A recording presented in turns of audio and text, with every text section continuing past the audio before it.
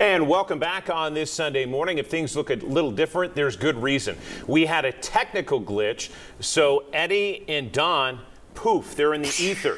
If you would like to see them, please jump on Ken Kesey's bus. We're fortunate, though, to have Mark Cunningham back with us from the Beacon Center, and apologies to both Eddie and Don because their comments were great when we taped this previously. All right, Mark, let's move on and talk about another subject that you polled the state on, and that is the expulsion of 2 Tennessee lawmakers. If we can pop up that graphic and show our viewers just how people responded, and you can see the split here.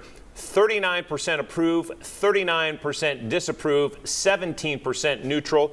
Mark, how do you read the response to this? Again, this is in regards to state lawmakers booting 2 of their own out for interrupting the well of the House of Representatives earlier this session.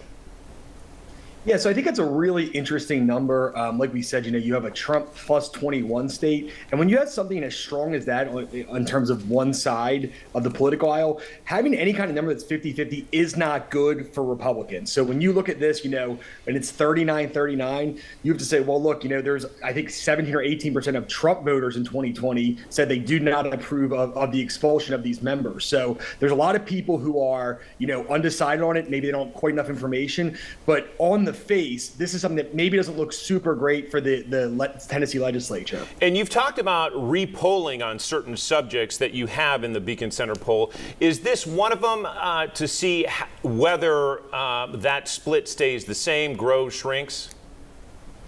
It probably isn't, because it was kind of a one moment in time thing. Now, if this were to happen again to other members, we might do it. But this was kind of, and it's a little bit after the fact, so people had a chance to digest a little bit. So it really is just kind of a, hey, let's see where people are on this. And, I think for Republican leadership, they're happy because Republicans were for the expulsion.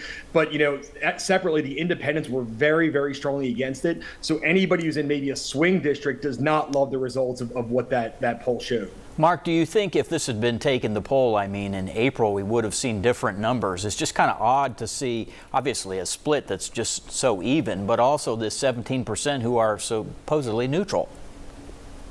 Yeah, I think it's very possible. Like I said before, this is a snapshot in time. So we're at this current time. When it was heated, it could have been stronger for the pro expulsion. It could have been stronger for the anti-expulsion. It's hard to tell, but people have had time to kind of soak this in, and it is kind of shocking that almost 20% of the population doesn't feel like they have an opinion one way or the other. And I think it's kind of goes to what Eddie Smith said a little bit, where he said there might be people who thought they went over the line in terms of the way they protested, but at the same time they might have thought the Republican legislators went over the line by expelling them rather than just censuring them. You talk about polls being a snapshot, and there's a lot of criticism, hey, polls don't reach the number of people they should. John North asked you a little bit about the logistics when we started this conversation, but how do you reassure people that indeed this is the way Tennessee is feeling, and it's the way it's feeling right now? We don't know what they're going to feel like a month from now, 2 months from now.